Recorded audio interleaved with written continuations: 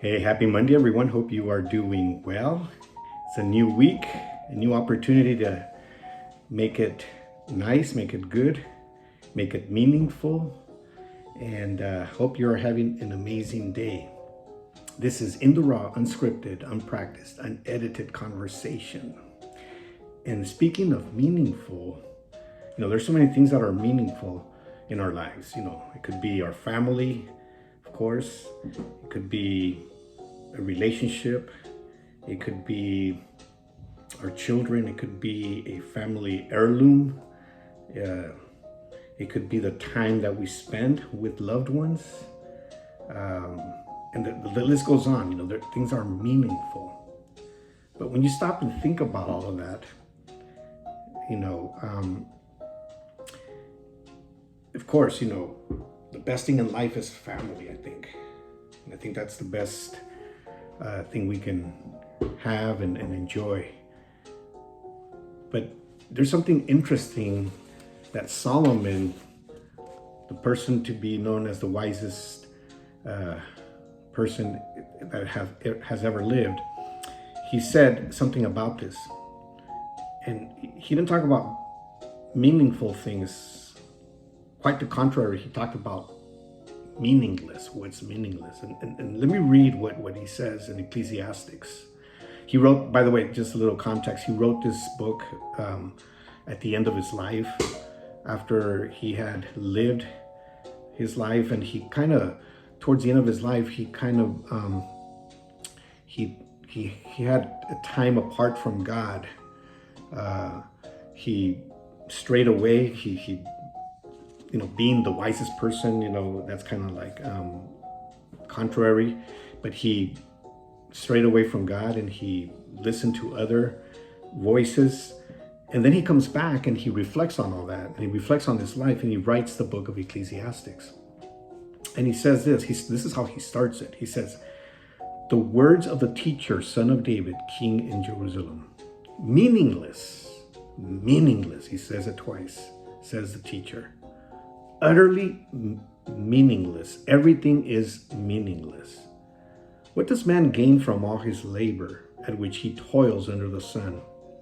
Generations come and generations go, but the earth remains forever. The sun rises and the sun sets, and hurries back to where it rises. The wind blows to the south and turns to the north. Round and round it goes, ever returning to its course, or on its course. All streams flow into the sea, yet the sea is never full." He's making some points here for thought. To the place the streams come from, they return again. All things are wearisome, more than one can say. The eye never has enough of seeing, nor the ear its fill of hearing. What has been will be again. What has been done will be done again. There is nothing new under the sun. Is there anything of which one can say, "Look, this is something new"? It was here already long ago. It was here before our time. There's no remembrance of men of old, and even those who are yet to come will not be remembered by those who follow. Very interesting words that he says. He's basically saying there's nothing new under the sun. Everything is the same. Everything's the same. We go to work, and we put a lot of effort into work. Yeah, we make money, but at the end, what does that do for us? Generations come, generations go, but the earth remains the same. Yeah, technology has improved, has advanced, whatever, but the earth is still the same. The sun rises from the east and it sets in the west, and then it comes back up again. So there's a cycle. He's talking about cycles. The wind blows to the south and to the north, and then it goes round and round. The streams flow into the sea, but the sea doesn't get full because there's something called the water cycle, right? Again, it goes back and round and round.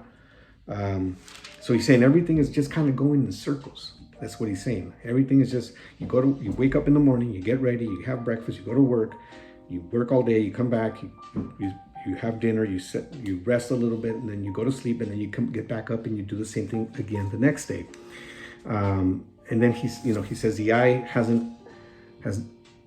never enough of seeing, nor ear its fill of hearing. So we can see so many things, but we never get satisfied with what we see or what we hear. And then he ends it by saying this: there is no remembrance of men of old, and even those who have yet to come, and will not be remembered by those who follow. This really hits it because, we thrive to do all these things in our lives and to impact people, and nothing wrong with that. We need to do that. We need to understand that we are put on this earth to thrive and to cause somebody else to be impacted through our actions by the things that we do, and that is our purpose. God put that purpose in us to help others become better. But that's only throughout our lifetime. What he's saying is here is what happens after we die. We're not going to be remembered. We may be remembered by our kids, of course. We're going to be remembered by our grandkids, maybe. But generations after that, what's going to happen? I remember my grandparents. I don't remember my great-grandparents, but I do have knowledge of them because my parents and my grandparents have told me about them. But, I don't know who my great-great-grandparents were. I may know their names, but I don't know anything about them.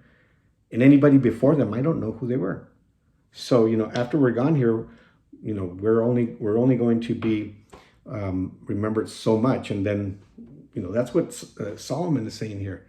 It only goes back so far, where we remembered, and then we don't, so he's saying everything is meaningless. Everything that happens in our life is meaningless, right?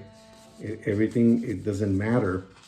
The only thing that matters is that we live our lives every day and impact other people, and that we try to live the best that we can so that others can be inspired by us. That's the only thing we can do. Live our lives in such a way that others will be inspired, others will be encouraged by what we do. All right, well, hope you have an amazing day, an amazing week. We will talk to you soon.